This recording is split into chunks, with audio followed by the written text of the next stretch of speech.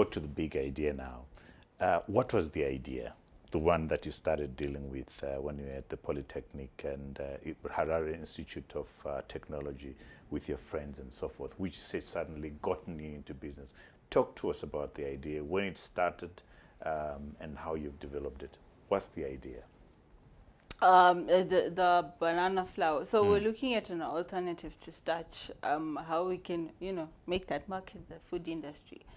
And so, because it's not very easy to tell a company to change their formulation and start using banana flour because it has this much starch, we then realistically we're looking at how it's used and looking at, let's say, other markets like the gluten-free, the people who have celiac disease and are gluten intolerant.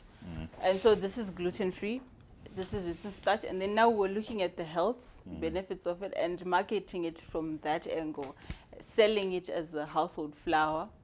And then we also thought that, this could be made into a porridge, an instant porridge, which we're launching in the following months.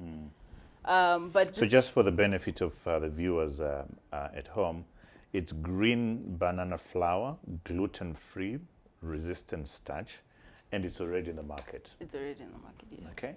And you're working on porridge? Yes. Talk to us about that. So we're looking at the health benefits. It's quite a long list if you look at the back of the number of nutrients that the banana has in its green form.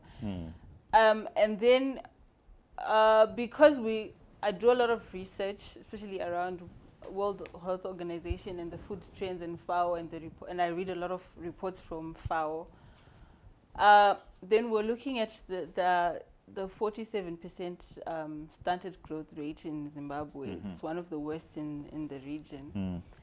And the prime causes are that children from 6 months onwards don't get good quality micronutrients or vitamins.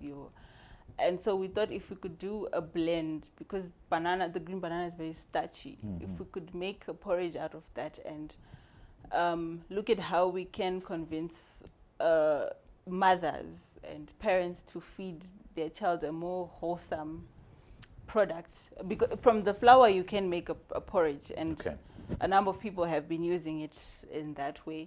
We do post recipes on our social media pages. So people are using this as a porridge, and so we decided to just make a more instant porridge where you can just add water instead of this one, which requires a bit of cooking. Okay. So the stunted growth definitely showed that there's a market to be tapped in. And, there are a lot of high sugar porridge that are imported, which, contain little to no nutritional value in terms of the richness in micronutrients, even in the amount of protein that it has. And so we're really trying to cover that gap. We hope we can cover that gap in the market. And the bananas are locally produced? They're locally produced. So you don't have a problem in sourcing the bananas for processing? Not at all. We work with farmers from Honde Valley on a contractual basis.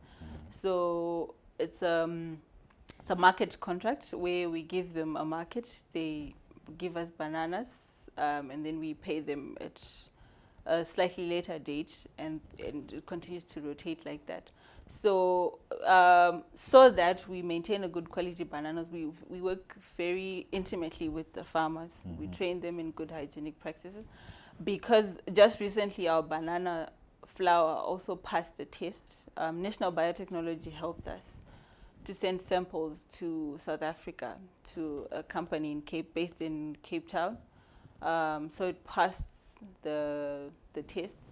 So, but like the emphasis was that they don't want to see pesticide residues on the skins, because they want the full banana flour. They don't want it peeled. Okay. So they don't want any pesticide residues. So it's important for us to work with our value chain and train them in good agricultural practices, so that we don't just demand and never tell them, train them in what exactly we require of them.